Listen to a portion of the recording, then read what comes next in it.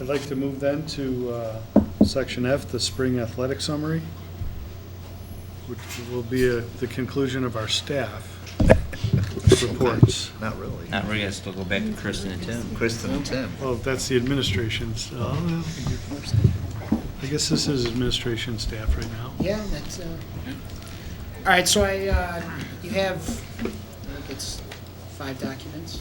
So we'll just start with the first memo, which is, this is pretty much a standard memo that we've done over the last several years. Just giving you a background of the sports that we offer in the spring, what sports are conference sports and what sports are non-conference sports. It does show you the last 5 years of number of athletes in the spring compared to our school enrollment, and then percentage of student athletes participating in the spring. So you'll see we went down slightly, but you'll see in a later report of where our numbers are overall, which have been pretty consistent over the last 3 years. So our next page is the spring athletics summary. So when I submitted this to you last Thursday, there was several sports that were still competing and several sports that still are competing, but I'll try to give you as much of an update as I can with this. But just going through, badminton, we're 7-5 overall in dual meets, first place at our RB invite, 5th in the independent conference, and 5th at the sectional. Our JV was 5-8 overall in dual meets, first place in the independent conference meet. Frosh South was 5-9 overall. We had 3 all-conference athletes. Baseball was 19-8. I think we are 20-10 right now, or 21-10. Finished 15-4 in the MSC.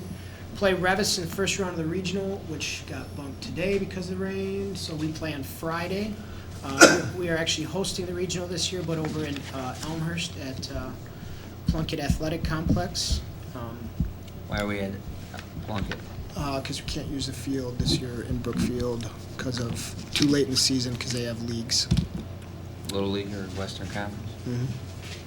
So it's actually IC Catholic Preps, one of our conference schools, so I reached out to them, and they're, which is nice because they have, their whole baseball field is field turf. So when it rains, it doesn't get washed, so that's kind of nice. We finished second in conference. Sophomores finished 24-7 overall, 17-1 in conference. They were MSC conference champs. Freshmen are 12-17 overall, 4-2 in the MSC. We did just recently, this past weekend, have the all-conference meeting. We do have, I believe, 4 all-conference athletes. They do not know.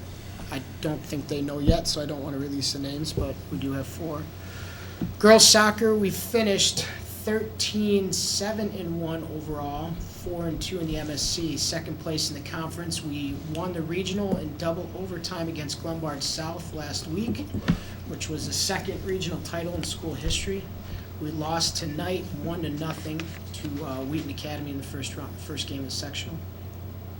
Junior varsity was 6-8-2 overall, 1-1-1 in the MSC, and our freshmen are 8-6-3 overall.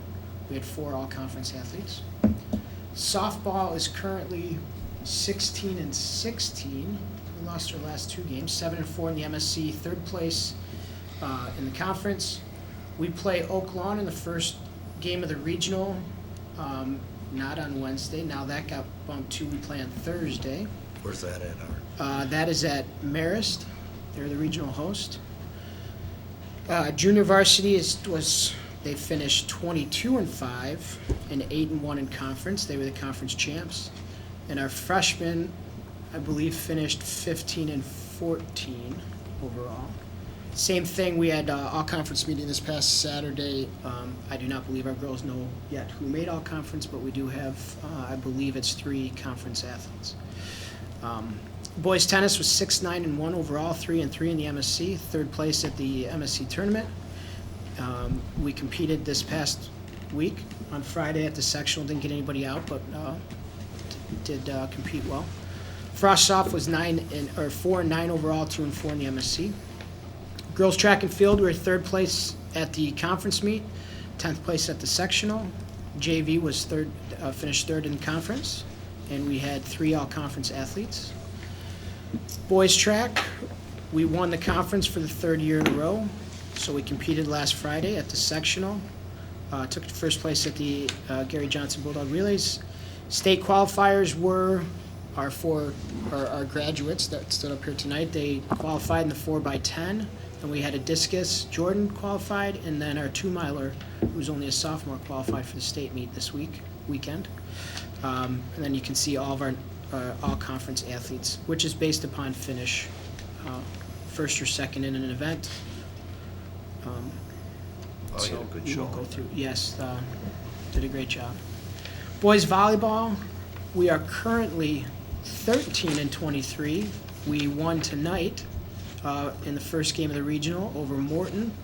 We play Hinsdale Central for the regional championship tomorrow night at Solario Academy in the city. Our sophomores were 19, 13-1 overall. Freshman A were 6-20-1 overall. Freshman B were 5-5 overall. Girls water polo was 12-19 overall. We beat Morton in the first game of the sectional, 11-6, and then lost to Fenwick 21-6. I believe Fenwick went on to take third in the girls. Junior varsity was 6-13 overall. Boys water polo varsity was 14-14 overall. We beat Westinghouse 12-0 in the first game and lost to Fenwick in the second game, and I think Fenwick's boys also took third in the state this year. Junior varsity was 13-9 overall. Excuse me. Bless you. Bless you. So that's a recap of our spring season.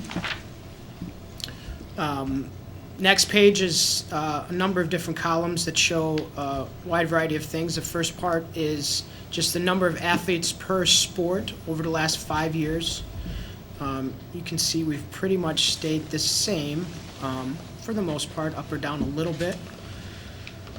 Show the fee structure that we have in place, $75, or 2012 was the first year, $75, and 2013, 14, and 15, it's $200, and then $150 for the second sport, $100 for the third sport.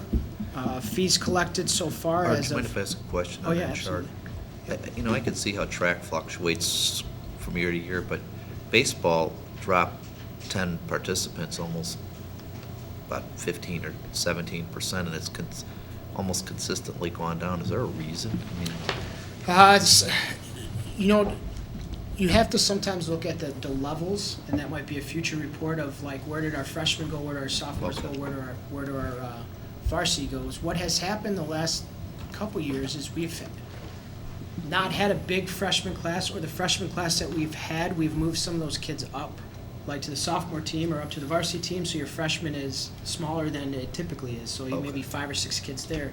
And then, you know, it's kind of a, if you're pulling kids up to play them on the varsity level, you're probably not going to keep some of the seniors that you might have kept in the years past and had bigger teams. So it definitely fluctuates based, really, and I think I spoke at this last board meeting of that incoming freshman class. What are they doing? Where are they going? And then, you know, where is their level? Because then it kind of sways everybody. So the spring sports, what we've collected as of last week, and then the waiver students is the bottom one. Any questions on any of those?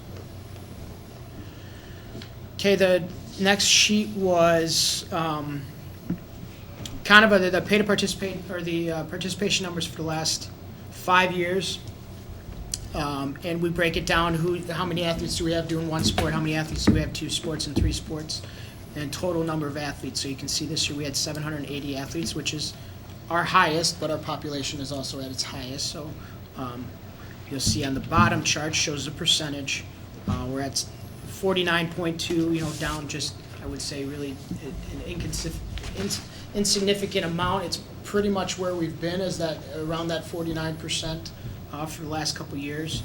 I think we're at a really good point, you know, with our population, that we are filling out every level of every team.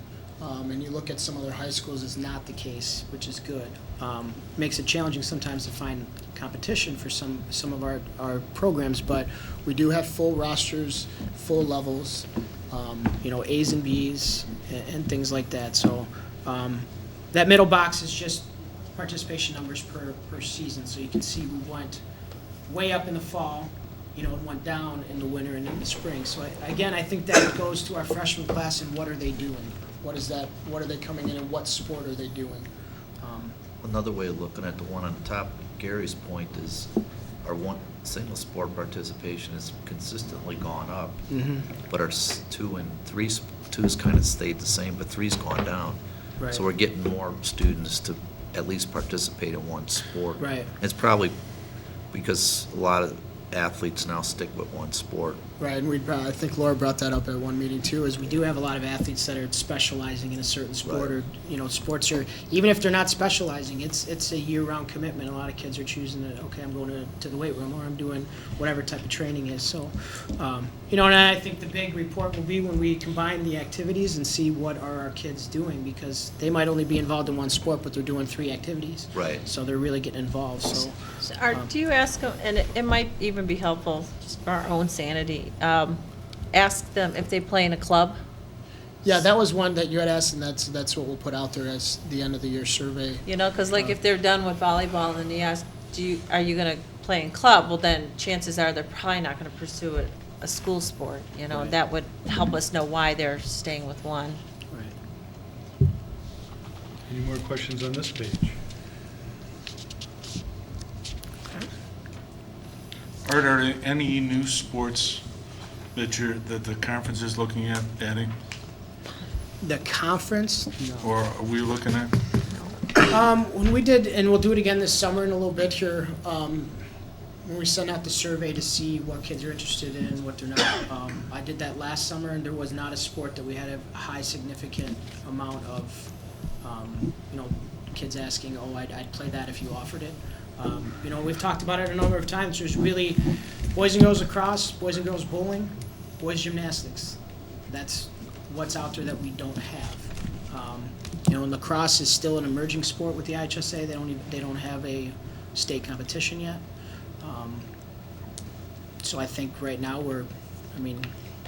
I think we offer what the kids want to do, and our numbers are good.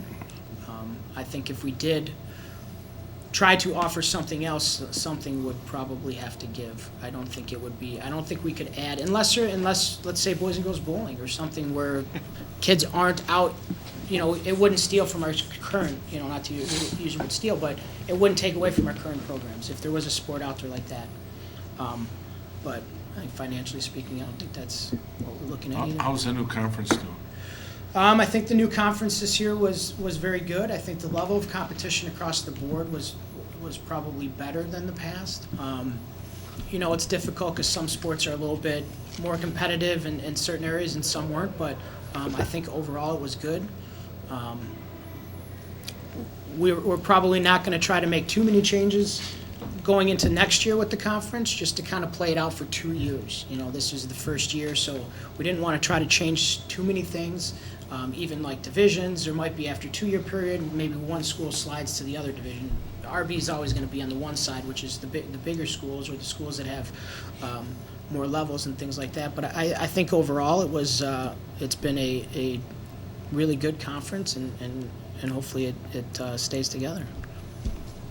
Any further comments or questions? Yeah, so how did you flush this out with your personnel? Because I'm looking at girls' golf, same level of stipends as boys' golf, yet the boys' golf coach says he can fit 40, and the girls' coach said he can only do 12, or he or she can only do 20. The main reason behind that, and I tried to highlight a little bit in the memo, was just the level that the kids come in at. We typically are trying to, we almost pluck the girls out to come out and play golf. They've never played golf. Some of them have never picked up a golf club. So the level is really much lower than the boys' side. So the boys typically just, they've played golf. So when you go and you practice and you do things like that, you don't have, the individual attention is not necessarily needed as it is on the girls' side. So that, and we talked about it quite a bit of, okay, how's that going to look? It's 40 for the boys and 20 for the girls, but it's really the level that they need, the attention that they need requires so much more on the girls' side currently. Could that change? Absolutely. If we get, some reason get a bunch of girls that come out of that have played prior, that would be great. But that was the one that was definitely the biggest difference between the guys' side and the girls' side. And the other thing with this report, realistically, it really needs to be broken up by freshman, Levels. JV, right? Yeah. Because, for example, basketball shows that we're not at 100% participation, but if you went to the varsity, you'd be at the 100%. So I'm assuming it's the freshman level, or that you're not at the full capacity. I'm Right. making an assumption there. Right, no, absolutely. I mean, the hard thing with this is there's so many variables. There's so many things that could impact this on a given year. Our varsity numbers might even fluctuate a little bit because it goes back to what I was previously talking about. If you pulled kids up, if you had some freshmen that were really talented and you pulled them up to the sophomores, you had some sophomores that were really talented, you pull them up to varsity, well, now you might not keep as many because you're not going to keep the seniors or juniors that are never going to play, and it really don't contribute at that point. So, but on another year, you might have 6 or 7 seniors that are all kind of the same, that all bring something to the team, so you keep more. And that's where it kind of goes up and down, is where are our athletes, what ability are they at, and who can help and in what capacity. So it's going to fluctuate every year based upon that. And then, yes, the freshmen really kind of drive it. And what I put in the memo, too, the lower levels is where we really try to keep as many kids as possible to try to develop them for the varsity. The varsity, you're going to probably have your pretty set roster every year with a certain number. But yeah, so it varies, you know. So what we tried to do is put, if everything was the same as it currently is with the number of levels that we have and the number of stipends that we have, what would be that maximum that you would keep? So that was the number that we tried to put down there. Obviously, it can change if we happen to get, and I think it was one question, if we happen to get a bunch of volunteer coaches one year and you knew that going into the season, then you might be able to keep some more kids. Well, that's, since our discussion and the idea is participation, right? And, again, if you pick basketball as a sport, I don't know, I think there's 14 or 15 boys on the boys varsity team, and we had the best we ever had, and I don't think we know if we always carry that many, but it's a little hard, kind of like you said, but the other way, like golf. Like I said, if 30 girls come out and we know about it, we can make a decision of whether we can help the coach out, even if they can't golf. Right. Right? And we run into that in other sports. I'd be willing to suggest probably half the football players that are freshmen probably haven't played football, right? That come in Oh, here. no, you're absolutely right. So we throw a lot of resources at football. So we give, the opportunity and hope the kids stay into it. And if there's other sports, it's kind of like a philosophy thing. If our idea is we're willing to take kids as freshmen and give them an opportunity to play the sport even if they didn't play before, like we do at football, where we have a ton of coaches, and we have something like golf, and we only could take 20 because of what it is. I don't know if there's a country club right here. There's probably some parents that might be willing to help out coach golf. I don't know. Sure. I'm a terrible golfer. I'm a bad example to use, but it just, how do you know that the coaches are encouraging the kids to come out and encouraging them to give it a try, as opposed to, I really don't want to spend a lot of time teaching a kid who doesn't know how to play sport A, B, or C, and it could be any sport, right? Because it's kind of draining on me. And even to the extent, I think the best couple good examples are like track and cross country. We expand the number of participants of both of those. We'll pretty much take whoever comes out. And Absolutely. a lot of track kids probably never did certain events, or certainly not the field events. And, I think you make your coaches try very hard to teach them. So it's kind of like how can you judge, or how do you know that all of the coaches are encouraging the participation we're talking about? Well, I would say one thing to really, the numbers here, and we wish we had that problem where we had to potentially make cuts because our rosters were completely full. With girls golf is a good example. Since I have been here for 15 years, we've never had more than 18 girls golfers come out. Right now, our current coach, we actually do have a volunteer assistant that will be coming to the board to come out. Literally, I know he goes through the hallway and tries to grab as many, like, come out, come out, come out. And I think all of our coaches do that across the board. Come out, come out. Okay. Try it. So, the nice thing is you look at our non-cut sports, and we might have a max on this. We've never hit that max. Right.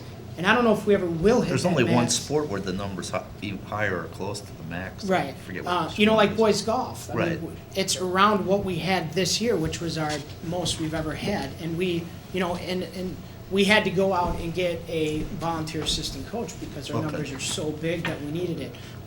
So these numbers are what we say now. I think what we currently have been living, you know, could that change? I think the only way that really changes is if our population continues to grow.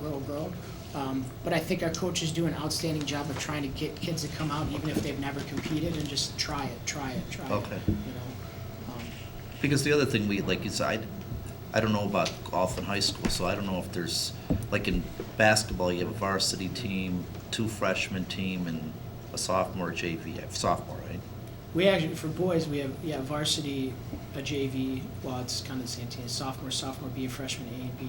Okay, but like in golf, do they participate at different? 16 kids can participate, that's it. In the actual, just a varsity sport? It's varsity and JV. And there's a total of 16 You have for eight, both? 8 on each level. Okay, so if you got, so what happens with? So right now, 40? when you have 40, the Do they even get majority to of those golf? kids are never competing. Oh, They're okay. practicing. I mean, and that's the other way to look at it. I Okay. mean, these kids are paying to participate, to be on a team, to go practice and go, you know, Okay. occasionally golf at the range, where the majority of those kids never get to see competition because Okay. it just, the nature of the sport doesn't allow it. Is that the only sport where that's limited that way? One of the few that's like that. I mean, a conference for tennis is limited to only 2 singles and 3 doubles. Okay. But if we go out of conference, then we'll go up to like 7 or 8 matches where you'll go a little bit Okay. more. I mean, gymnastics, you only have certain girls that compete, Okay. a certain amount to compete. So seeing how the night is moving along, questions on his last 2 schedules, past the memo? Does anyone have questions or comments on those, or? You know, just one comment, then I'll let Doug. As we gonna take this progression and see that participation by class levels, and maybe the next time around, this could be broken up between the varsities, the JV, and to see that participation, where that cap is, how much of a void there is. So as we focus in on, because that's the next step is going to be freshman participation was X%, sophomores was Y, and to see where that threshold is, it'd probably be important to see from the athletic side the same concept. Go ahead. Laura? Yeah, my only comment is, this column you have here of cost per athlete. I think it's pretty telling. This will be on our website, I hope. For every sport except one, we are spending more on the student to be in that sport than they're paying to be in the sport. So, you know, I think it's showing that we're not charging you an unfair amount to be on the sport. We're just trying to offset some of those costs a little bit. We haven't received many concerns or complaints, have we? No. With the pay to participate? And I mean, knowing what kids spend on club and travel, this is definitely reasonable. And we have a couple new participation grant opportunities that kids have taken advantage of this year. Okay.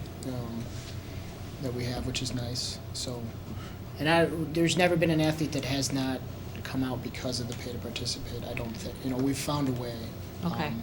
So I don't think we're losing athletes because of that. And then the numbers show that. From when we didn't charge to when we charge now, our numbers are pretty much equal.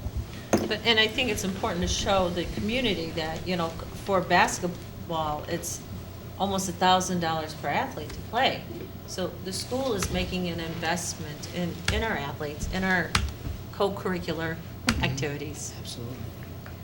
John? Art, is there any IHSA proposals to increase classes? Not that I know of. Right. The only one is tennis, to go to 2 classes from 1. We would still most likely be in the high class, so it wouldn't necessarily help us. But right now, that's the only one that I know of. Thanks, Art. Thank you, Art. Thank you, Art. Thank you very much. That was the end of the staff we wanted to let go. Home for the night. Well, you can help.